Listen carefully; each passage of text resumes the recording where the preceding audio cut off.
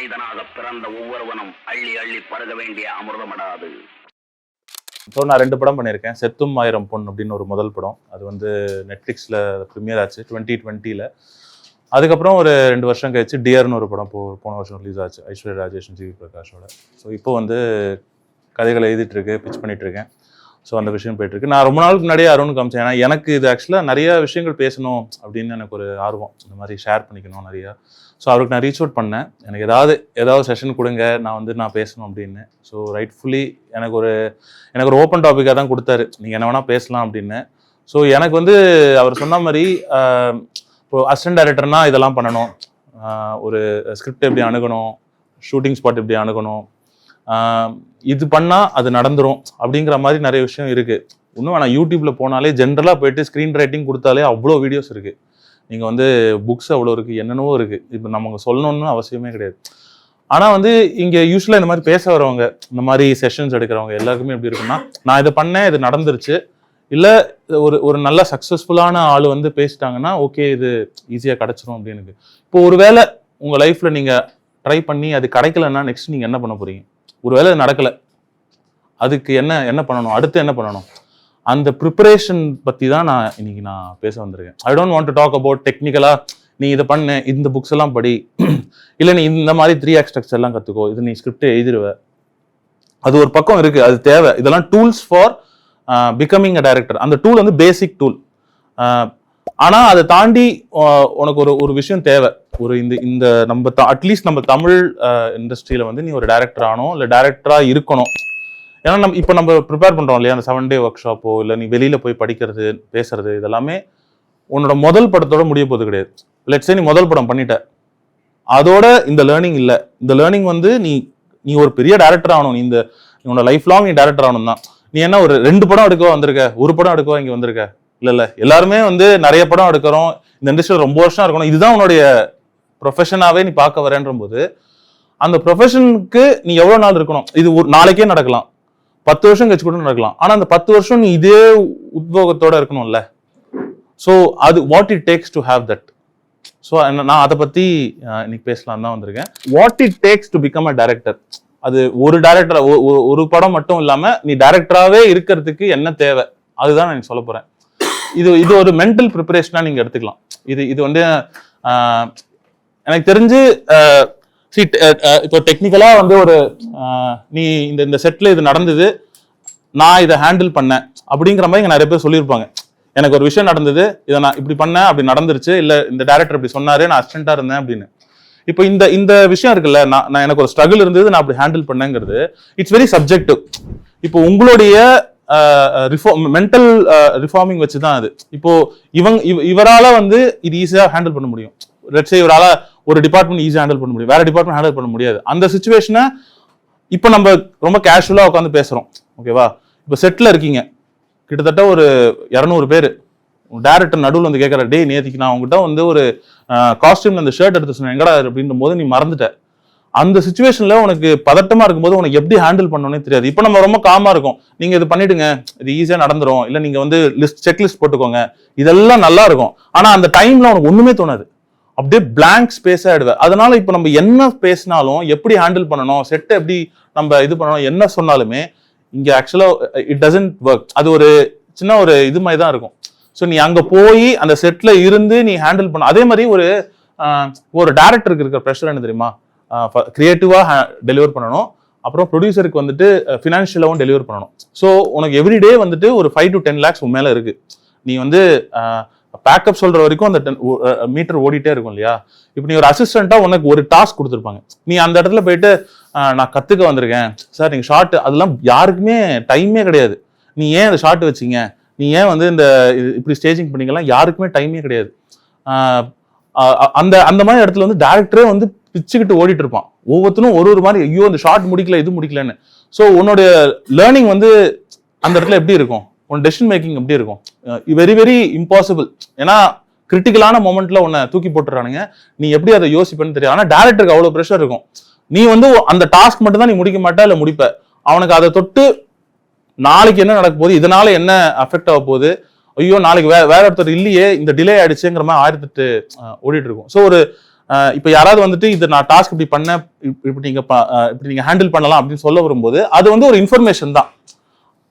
அது ஆக்சுவலா எனக்கு தெரிஞ்சு பர்சனலா it won't help you guys. அது ஒரு இன்ஃபர்மேஷனா தெரியும், ஓ இவர் இப்படி ஹேண்டில் பண்ணாருன்னு, அதனால உங்களுக்கு லேர்னிங் இருக்காது. ஆனா நான் இன்னைக்கு சொல்ல வந்தது வந்து I am trying to train you guys. இது வந்து ஸ்பெசிபிக் டு அ டாஸ்கா இல்லாம ஒரு ஜென்ரலா ஒரு ஒரு ஒரு இது வந்து ஒரு ongoing process. Becoming a director is a ongoing process. இது வந்து ஒரு நாள்ல ஒரு புக்கு படிச்சதுனாலயோ ஒரு நல்ல ஸ்கிரிப்ட் எழுதுனாலயோ நிக்க போறது கிடையாது. It's an ongoing process, everyday நடக்க போகுது. ஸோ அந்த ஆன்கோயிங் ப்ராசஸ்க்கு என்ன தேவை அப்படிங்கிறத நான் வந்து எனக்கு தெரிஞ்ச நான் எக்ஸ்பீரியன்ஸ் பண்ண இந்த ஒரு 8-10 வருஷத்துல என்னென்னலாம் கத்துக்கிட்டேனோ அதை நான் கன்சைஸ் பண்ணி நான் சொல்லணும்னு நினைக்கிறேன். ஸோ அசிஸ்டன்ட் டைரக்டர்னா யாரு? இது யாரை வேணாலும் எப்படி வேணாலும் சொல்லலாம். Who is an assistant director? என்ன அடிச்சாலும் தாங்குற, என்ன பண்ணாலும் இந்த செட்ல வந்து ஃபர்ஸ்ட் இன் லாஸ்ட் அவுட். இந்த செட் ஆரம்பிக்கு முன்னாடி வந்து செட்டு முடிஞ்சு அதுக்கப்புறம் கூட இருக்கிற ஒரே ஆசாமி அவன் மட்டும்தான். ஸோ என்ன அடிச்சாலும் வழி தாங்குறான்டா, சாவே மாட்டேறான் அப்படிங்கிற ஒரு பவர் இருக்குன்னா அது அசிஸ்டன்ட் டைரக்டர்ஸ்க்கு மட்டும்தான். அதான் சொன்ன மாதிரி ஒரு நார்மல் லைஃப் இருக்காது. வெளில வந்து பயங்கரமா அழுவான், ஆனா உள்ளுக்குள்ள வெளில வந்து சிரிப்பான, உள்ளுக்குள்ள பயங்கரமா அழற ஒருத்தன். ஸ்லீப் இருக்காது, லஞ்ச் இருக்காது. இப்படி ஒரு நமக்கு தெரிஞ்ச இதெல்லாம் நம்ம கேள்விப்பட்டிருப்போம் இல்லையா? அசிஸ்டன்ட் டைரக்டர்னா பயங்கரமா உழைக்கணும், டைரக்டர் சொன்னா கேட்கணும், டைரக்டர் இது சொன்னா நான் கேட்கணும்னு. இது ஆக்சுவலா வந்து ஒரு ராங் சிஸ்டம் என்னை பொறுத்த வரைக்கும். இது வந்து ஒரு நமக்கு வந்து சொல்லப்பட்ட ஒண்ணு, நிறைய பேர் கடைபிடிக்கிற ஒண்ணு. உங்களுக்கு ஒரு நல்ல ப்ரீ ப்ரொடக்ஷன் டீம் வந்து நல்ல ஒரு ப்ரீ ப்ரொடக்ஷன் பண்ணிட்டீங்கன்னா இது எதுவுமே நடக்காது. ஒரு நல்ல ப்ரீ ப்ரொடக்ஷனுங்கிறது உங்களோட மட்டும் இல்லை, டைரக்டர்ல இருந்து ஆரம்பிக்கிறது. அவருக்கு வந்து என்ன பண்ண போறோம், ஒரு டைரக்டர் வந்து ஒரு ஏடிக்கு எவ்வளோக்கு எவ்வளோ ஸ்பேஸ் கொடுக்குறானோ அந்த ஸ்கிரிப்டை வந்து எவ்வளோக்கு எவ்வளோ ஷேர் பண்ணி ஒரு என்ன சொல்றது, அவனை வந்து வெறும் ஒரு பில்லரா இல்லாம, வெறும் ஒரு எக்ஸிகியூஷனுக்கான ஆளா வைக்காம, அவனும் ஒரு ஆஸ்பைரிங் டைரக்டர். யாரோ சொன்னாங்க அவன் ஒரு ஆஸ்பைரிங் டைரக்டர்னாங்க, அவன் ஃபியூச்சர் டைரக்டர்னால அவனை ரெஸ்பெக்ட் பண்ணி. ஏன்னா நீ ஒரு director is dependent on assistant director. Assistant director is not dependent on director. இன்னைக்குமே அதுதான் ஒரு தம் ரூல். இப்போ நான் வந்துட்டு ஒரு பெரிய டைரக்டர் கிட்ட நான் அசிஸ்டண்டா இருந்துட்டேன், எதுக்கு இருக்க, எனக்கு படம் கிடைச்சிரும், கிடையவே கிடையாது. ஸோ ஒரு director is actually dependent on an assistant director. நீ அந்த டைரக்டர் எந்த அளவுக்கு உனக்கு ஸ்பேஸ் தரானோ நீ அந்த அளவுக்கு நீ வந்து கிரியேட்டிவா யோசிப்ப. ஸோ நீ வந்து ஒரு சக்சஸ்ஃபுல்லான நான் வந்து ஒரு டைரக்டர் கிட்ட போயிட்டா என் லைஃப் செட்டில்டுங்கிறது அது ஒரு தப்பான நோக்கம். ஒரு நார்மலான டைரக்டர் இருக்காரு, 5 அசிஸ்டன்ட் தான், ஆனா உனக்கு வேலை நல்லா இருக்கும், நீ கத்துப்பேங்கிறதுக்கும் ஒரு பெரிய சக்சஸ்ஃபுல் டைரக்டர் ஆனா 18 பேர் இருக்காங்க, நான் போய் சேர்ந்துட்டானா அடுத்து என் ப்ரொடியூசர் கூப்பிட்டுருவான், ஹீரோ வருவாரு, நான் படத்தை ஸ்கிரிப்ட் எழுதிட்டேன், அடுத்து காரை கொடுத்துருவாரு, நான் வந்து வீடு கட்டிடுவேன், இதெல்லாம் நடக்கவே நடக்காது. இந்த இமேஜ்லாம் அப்படியே வந்து அழிச்சிருங்க. ரன் படம் எடுத்துப்போம். ரன்ல வந்து லிங்குசாமி சார் வந்து ஒரு இன்டர்வியூல சொல்லியிருப்பாரு, ரன்ல வந்து யாரு வில்லன், ரன்ல வந்து மாதவன் தான் வில்லன்.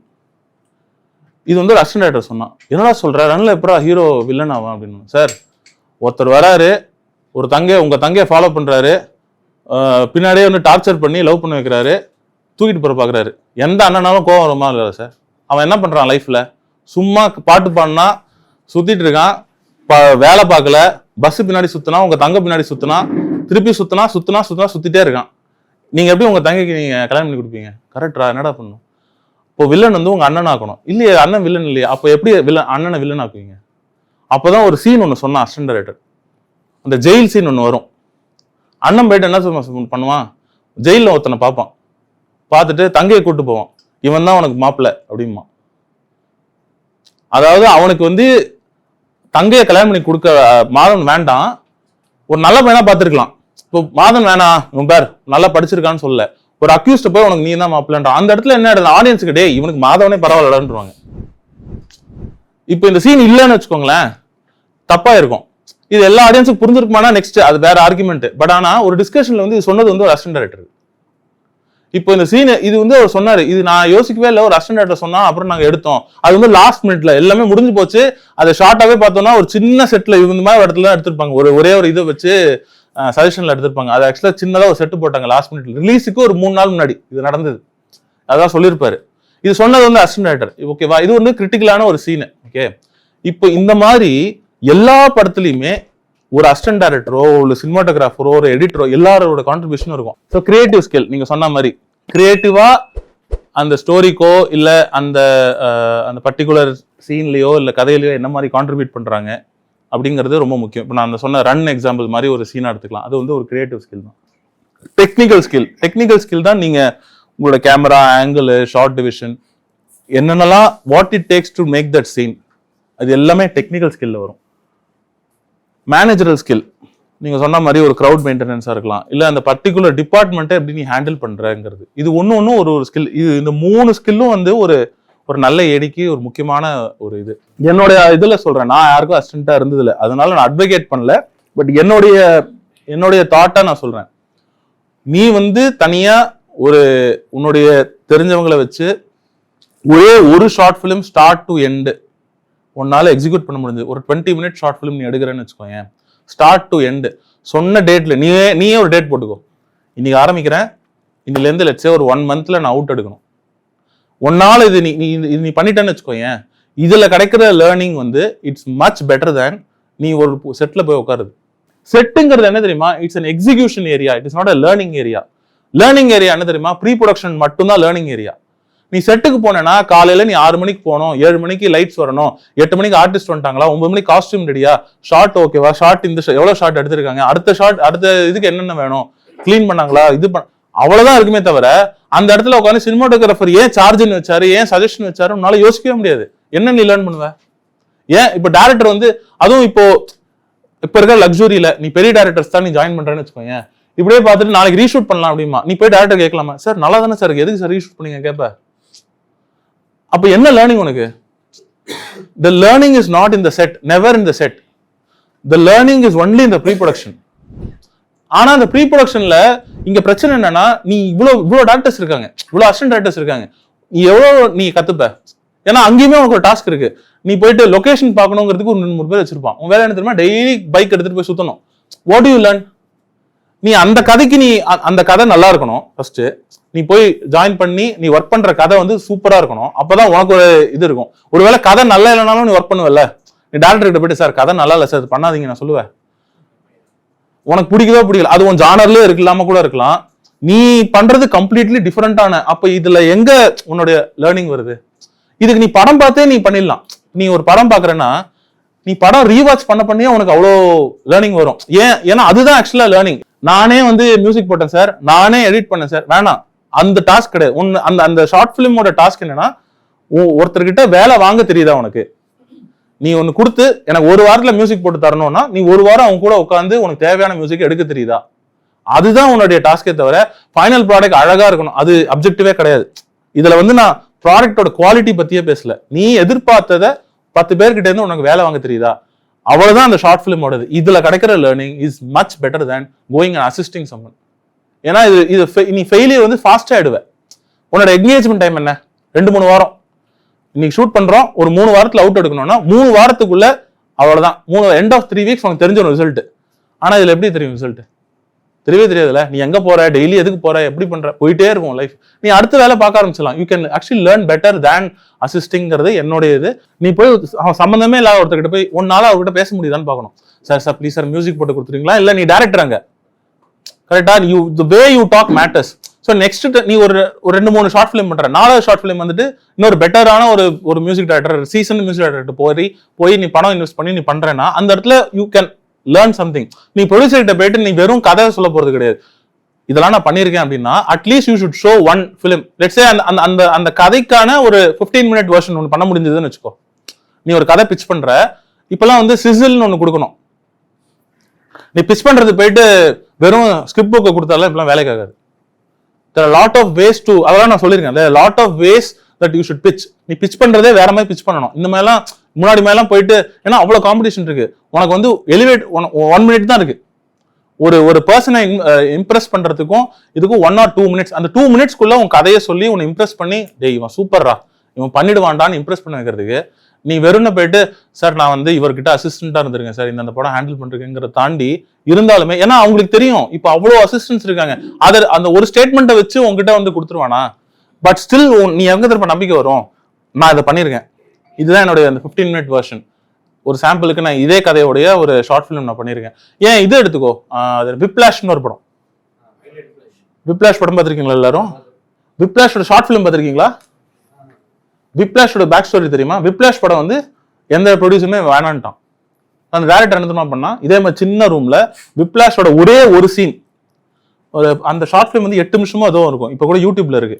அந்த வெறும் அந்த சீனை மட்டும் அவன் வந்து ஷூட் பண்ணான். ஷூட் பண்ணி இப்படிதான் சார் இருக்கும், இதோட ஒரு எக்ஸ்டெண்டட் வெர்ஷன் தான் என்னோட படம் அப்படின்னு சொல்லிட்டு அந்த படத்தோட மோஸ்ட் கிரிட்டிக்கலான ஒரு மொமெண்ட்டை எடுத்தான். அந்த மாதிரி எடு. அதை பார்த்து தான் ப்ரொடியூசரே ஓகே சொன்னான், சூப்பரா இருக்குப்பா, இது நீ படமா பண்ணலாம் அப்படின்னு. அதுதான் மேட்ரு. இப்ப அதே அவன் வந்து சார் நான் வந்து ஸ்டீவன் ஸ்பீல்பர்க் ஒர்க் பண்ணிருக்கேன்னா வேலைக்கு ஆகாது. ஓகே நீ ஒர்க் பண்றீங்க, இந்த கதை உன்னால எக்ஸிக்யூட் பண்ண முடியுமா? மறக்காம சப்ஸ்கிரைப் பண்ணிருங்க.